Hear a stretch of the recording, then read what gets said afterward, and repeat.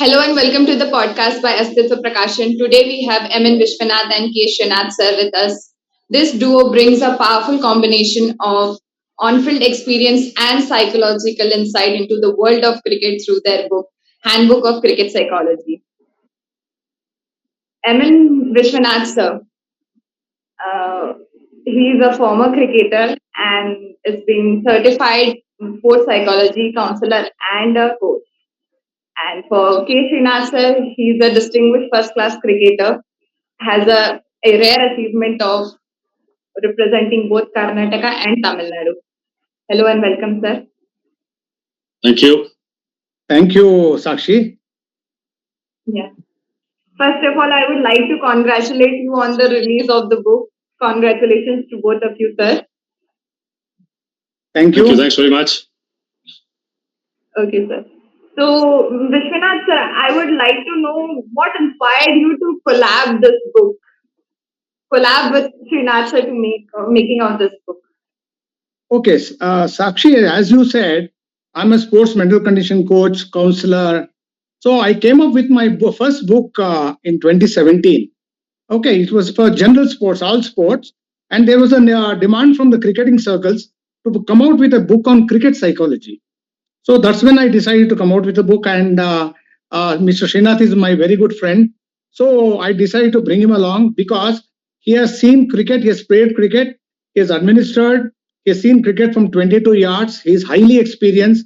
So I thought I could use his experience. So that is how we came up with this idea of making a partnership. And we discussed a lot. He was able to bring in a lot of inputs through his huge experience. That is why how we collaborated, and now the book is already launched. Okay, sir. Sir, Srinath, sir, why do you believe mental strength is as important as physical strength? Well, to be honest, any sport for that matter, people always relate it to physical skill. Yeah, physical skill set is something that is very important for any sports person. And pertaining to what we've come out in this book per se, we're talking about cricket as such. See, in cricket, you see a bandwagon of support staff available to every team. There's a specialist batting coach, a bowling coach, a fielding coach. You've got a throwdown specialist. You've got a physiotherapist. You've got a trainer, everybody. But these things through analysis can be taught by anybody on a particular skill set. But unfortunately, the mind part of it is not something that has been addressed on a very large basis. So, and physically, to hire a single psychologist to handle 15 cricketers on a platform is a pretty tough one. So, I think preparing physically is one part of it.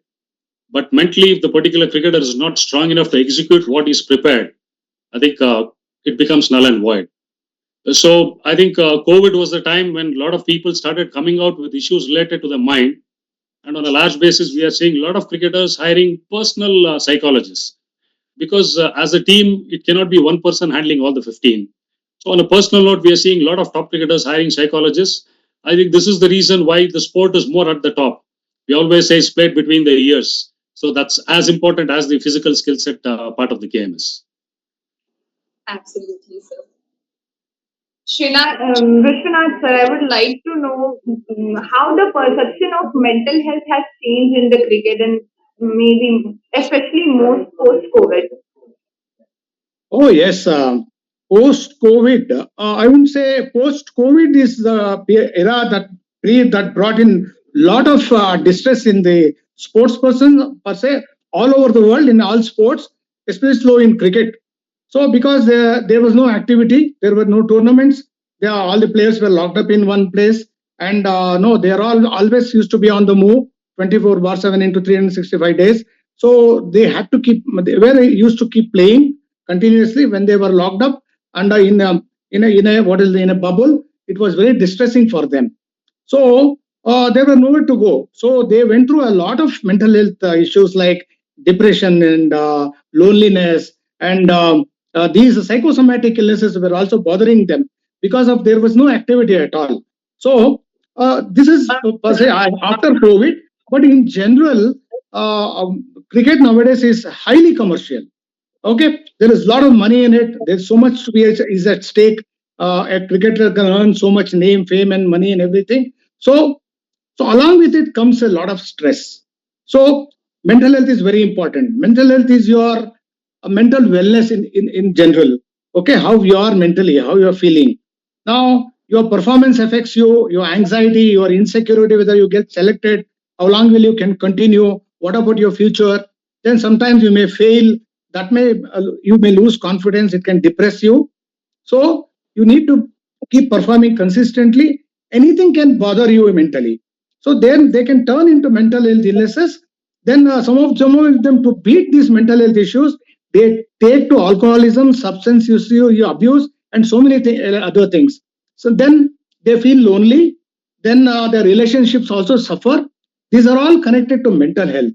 So of late, uh, um, since cricket is commercial, everybody wants to aspire to become a big cricketer. Mental health issues are also very commonly heard, and cricketers are coming out in the open to express about their mental health concerns. Okay, sir. Thank you, sir. Srinath, sir, can you share a moment from your career which the mental health made all the difference, the mental strength made all the difference? Well, to be honest, I think I stopped playing quite a few years ago, and we didn't have any insight to what the mental side of the game was per se. So, to be honest, now I sit back and reflect upon it. I think one thing was I had to switch states, move from Bangalore to Chennai, then Madras. That was a big call because having been, brought up in Bangalore, in one of the best cities in the country, we boast of the best weather we get here, and we never dreamt of, thinking, saying that we would go and play in Madras, a very humid place. It used to be really sapping for a cricketer. Yes, physically it was very draining, but after 25 years of my cricket in Bangalore, Karnataka, when I had to make the switch and move to Tamil Nadu, not as a professional, but for my professional commitment as a banker, it did take a lot actually out of me. But at that point in time, it didn't strike me at all. And in fact, now today, after I've hung up my boots as a cricketer and I've taken up cricket umpiring in the last 17 years, a lot of travel, I sit back, in airports and reflect upon what went through.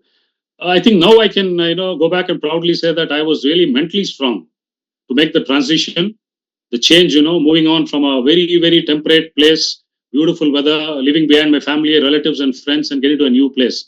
I think that is one big move in my life as a cricketer, which certainly, helped me mentally to be strong.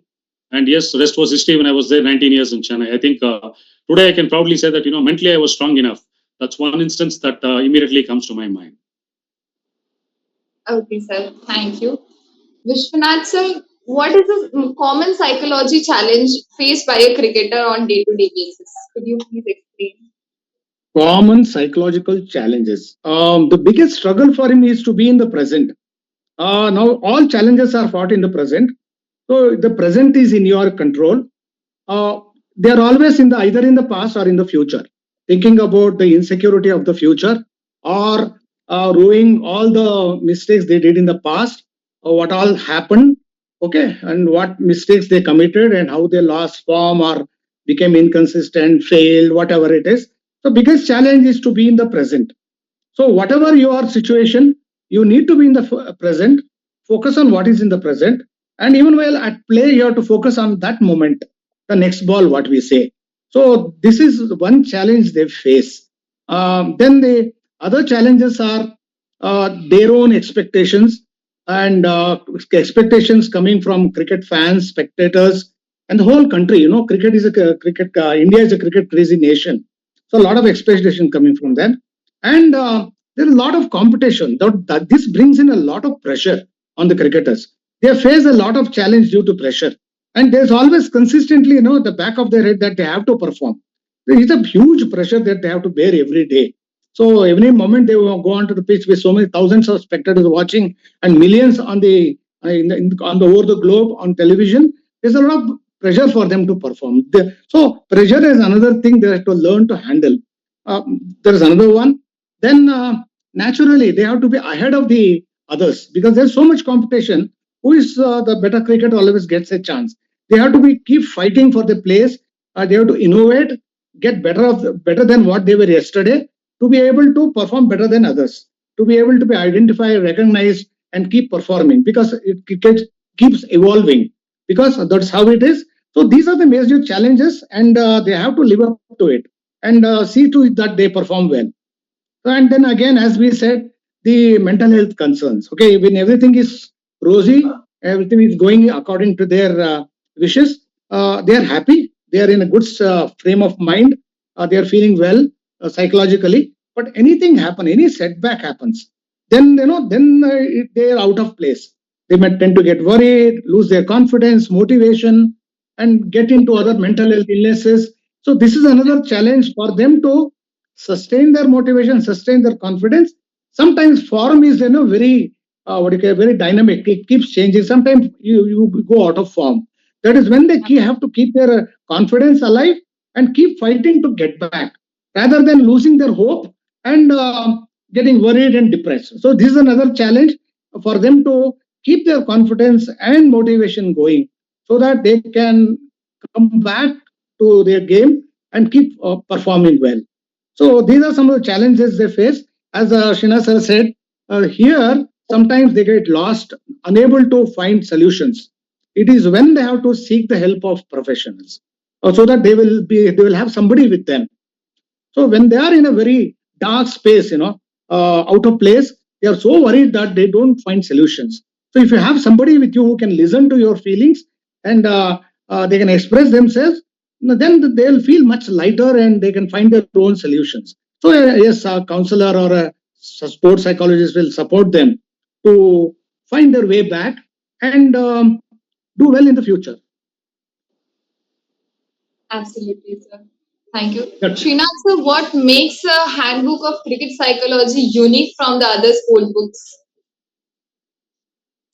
If I have to put it in one line, uh, a cricket kit for a cricketer has got his equipment, it's got a helmet, a bat, glove, everything. And this book should be a part of the repertoire, because this book is unique in a way because it's a very short read. What we have done in this is it's not just about identifying the problems, we've also provided simple solutions for that. And moreover, a lot of top cricketers are in the habit of jotting down a few points in the stick note and putting up that on their kit bag or on the board of the change room. But this is something where there can be a highlighter used to just put up what they need to focus on in that particular day or that particular game, what has transpired in the previous game where they want to work on. And the key is most of the points that have been put down are in bullets. It's just not about paragraphs, continuations, wherein it runs in volumes. Typically, when you read a book on psychology, because the word psychology itself is a taboo, it's a myth.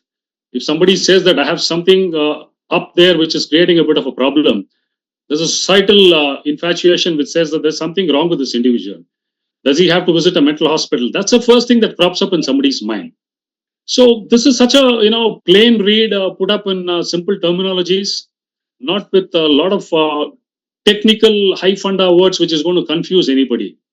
This is something even a kid who is 8-10 years of age can lay hands on, who's an amateur or even an age group cricketer, or even the top professionals playing at the highest level. Certainly he would also have some issues going up. If there's nobody to fall back on, some page of this book, it could be self-belief, it could be resilience, it could be talking about patience, because cricket today is across 3 formats. You play the shortest in T20, one day is 50-over cricket. The real format is the test cricket, where there's a test of everything: your skill, your resilience, your patience, your mindset, everything. So in a nutshell, this is a book which covers all 3 formats. And more than anything, there's a very interesting chapter. It's chapter 12. It's a must read for all sport parents. That is the most important thing, subtly conveyed as to what should be the role of a parent in this. Because modern day cricket is so competitive, there is pressure day in and day out for you to perform, to stay within the periphery. So I think, in the nutshell, I would say this is what the book is provided, and it would certainly be of great use to anybody who's taken up the sport. Okay, sir. Thank you, sir. Srinath, sir, could you recommend some specific mental exercises or technique for the cricketers?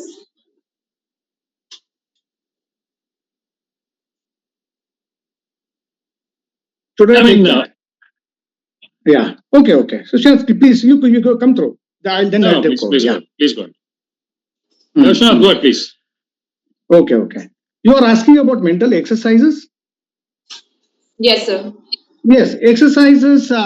See, mainly psychology is something related to the mind. There are not as many exercises as to the physical side of it. Physical side of it, you can perform number of exercises, the drills, the yoga, the all these asanas. There are many.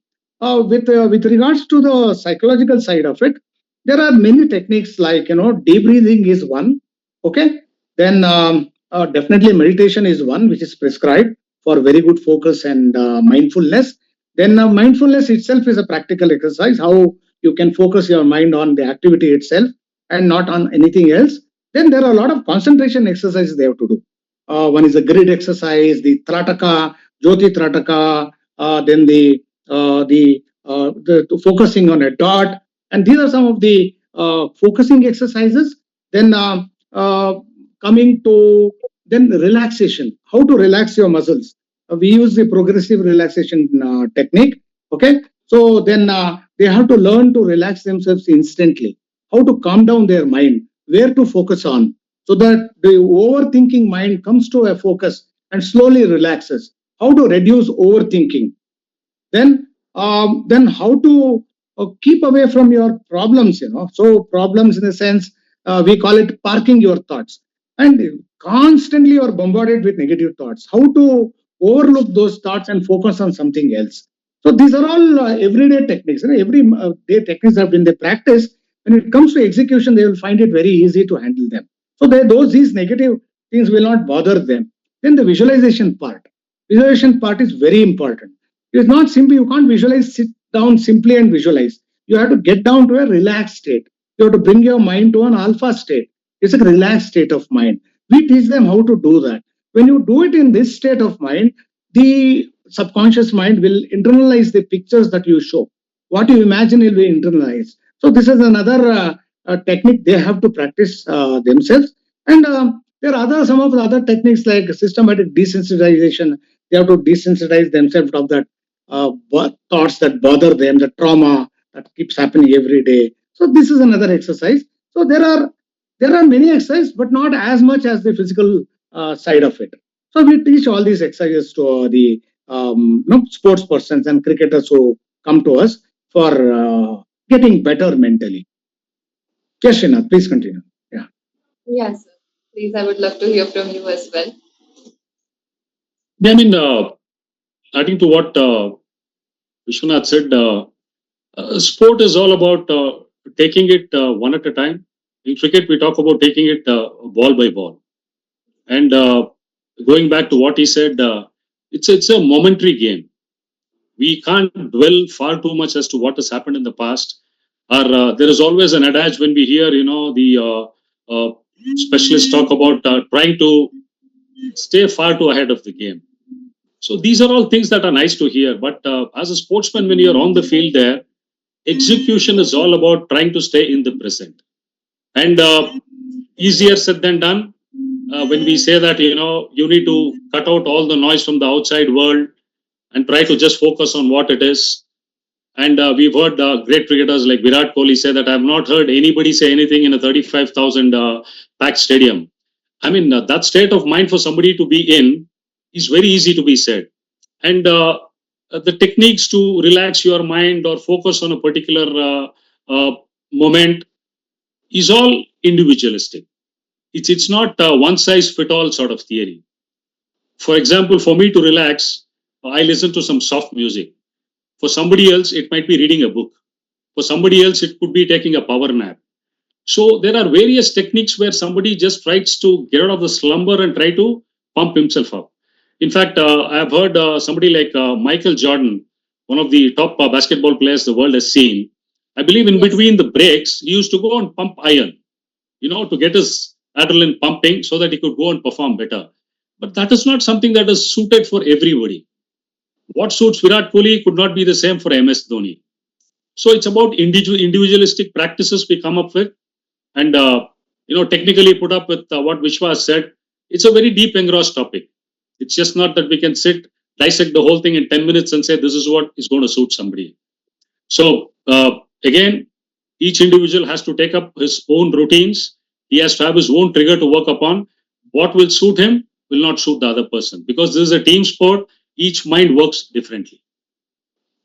I would like to add one more technique that's very important. It is the practice of self-talk. Okay, so they need to practice their self-talk wherein they change their negative thoughts to positive. So the more the negative thoughts, more is a stressful state, and you tend to lose focus. Your mindset becomes negative. So we teach them how to change their negative thoughts into positive. We teach them through instant changing thoughts, and then we also ask them to write something. We also ask them to use keywords, one single word, like focus, debrief, breathe, then positive or attack or something of that sort. Watch the ball. Some of these things we ask them to practice, so that the keywords reminds them of what to do at that particular moment. We also teach them how to write affirmations. These are very important. If you have already created a negative mindset bothering you, in order to change that, if you say once, I want to be mentally strong, that is not, it will not happen. Or you'll say, I will not buckle under pressure, will not happen. Because you say, I will not buckle under pressure, you using negative words. So we teach them how to, this constantly writing of affirmations will impregnate the mind and see that one day it will change. It suddenly, in one moment, if you say it will not change, because you already made your subconscious a habit to think negatively. So the subconscious has to be made positive through constantly working on it. So writing affirmations is very powerful. We teach them how to write affirmations. Like, let's say, I don't want to be mentally strong. This sentence also means it's positive, but your subconscious doesn't understand. It catches on the negative words and make it happen. Again, the same thing happens to you. Rather, you have to change it to, I am a mentally strong person. I am mentally strong, as though it already happened to you. So that is how we teach them to think, write, to change the negative mindset into positive mindset. So many great achievers have attributed the factors for their success to writing and reading affirmations, especially writing affirmations. When they have to chant the affirmation, when they have to suggest the affirmations to themselves, there's a time in the day which we tell them how to, why it is more important. These are some of the other things we teach them. Absolutely, sir. Thank you. Srinath, sir, how has your personal journey shaped your understanding onto psychology?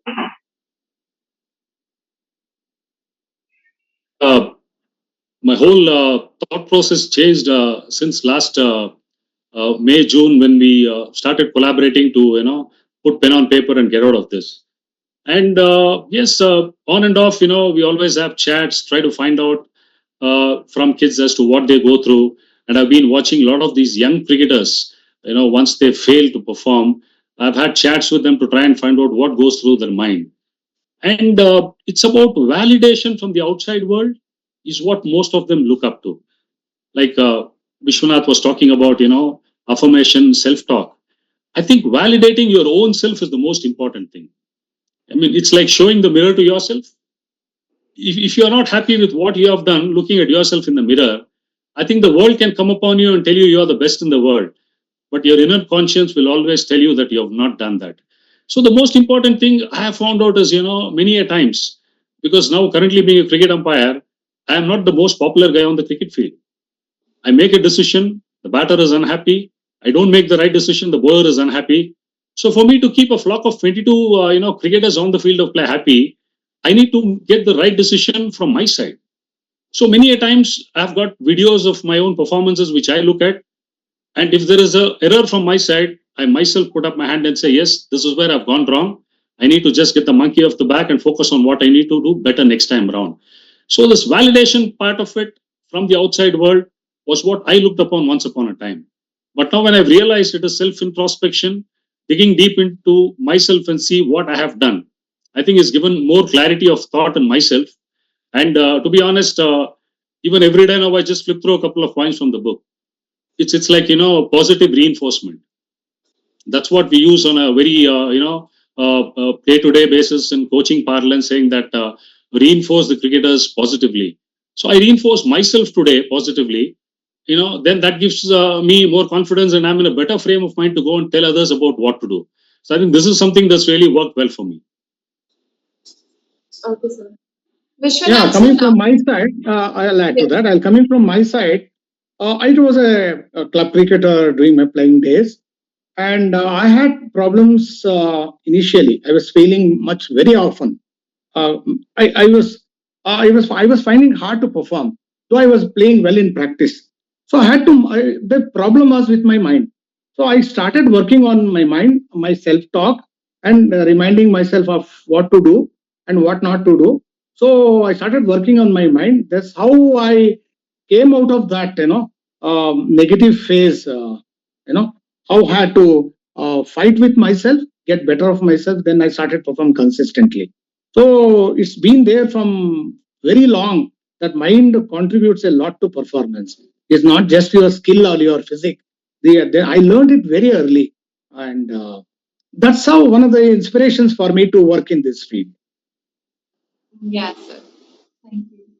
So nowadays, youngsters, the young cricket players, they often get motivated onto small matters of someone said something and that's onto their mind all of the time, and that makes them depressed and go into anxiety levels.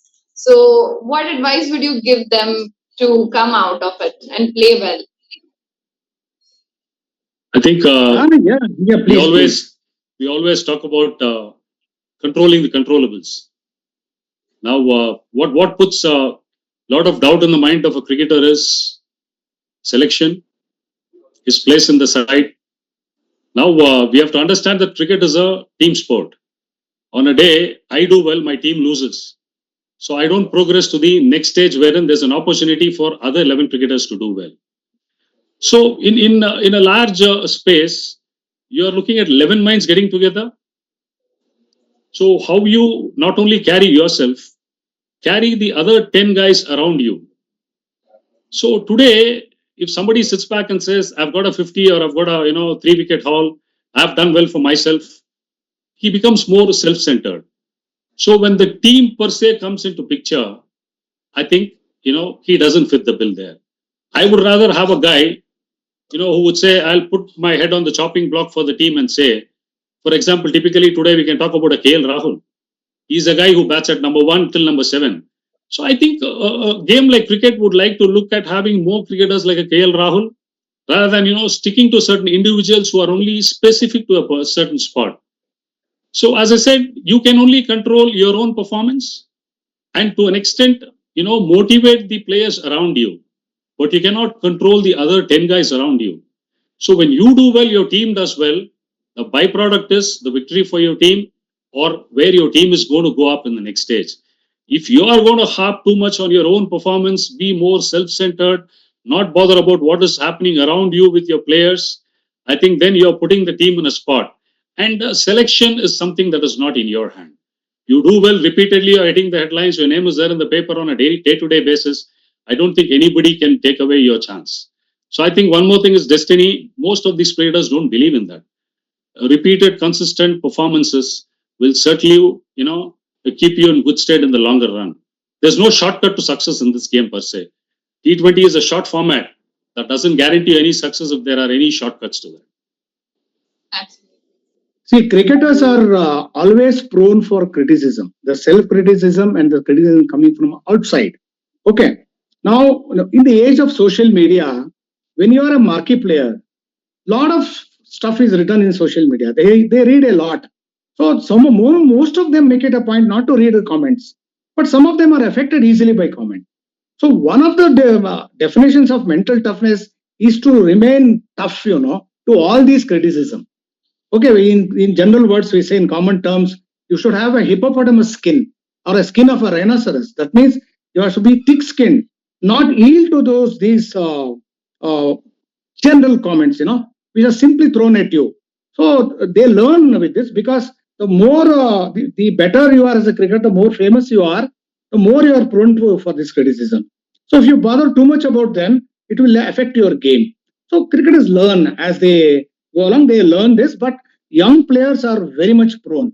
They can be criticized and abused by their parents, coaches, and so many other things. They don't want to be want others, they don't want to fail in front of their peers and so many others. They become very sensitive and it is then they need to be trained to focus on your performance, because what is in control is your performance and not the criticism. Of course, if there is something positive in the criticism, take it. Not all criticism is bad. So if they are simply saying, just to pull you down, that means you have to overlook them. Just ignore them and focus on your game.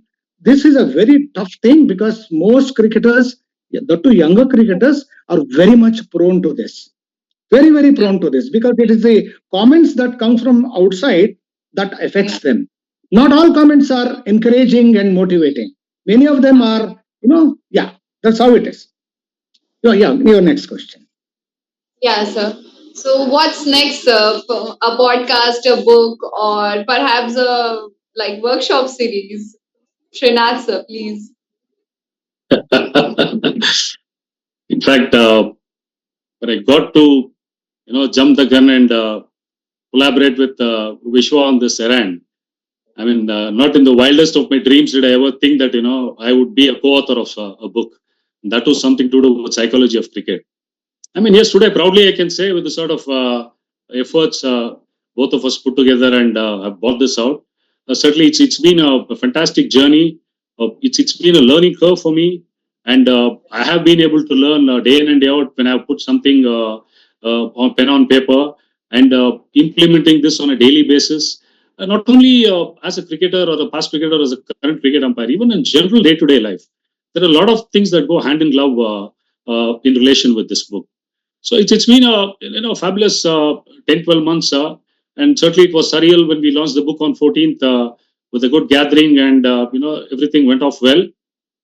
Yes, I think we are still in a honeymoon period.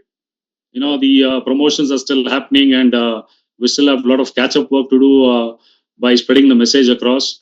For us, more than looking at this as a commercial venture, as I mentioned, it's a very niche subject, and the need of the hour today is mental wellness, not only of cricketers or athletes, even for day-to-day living of people.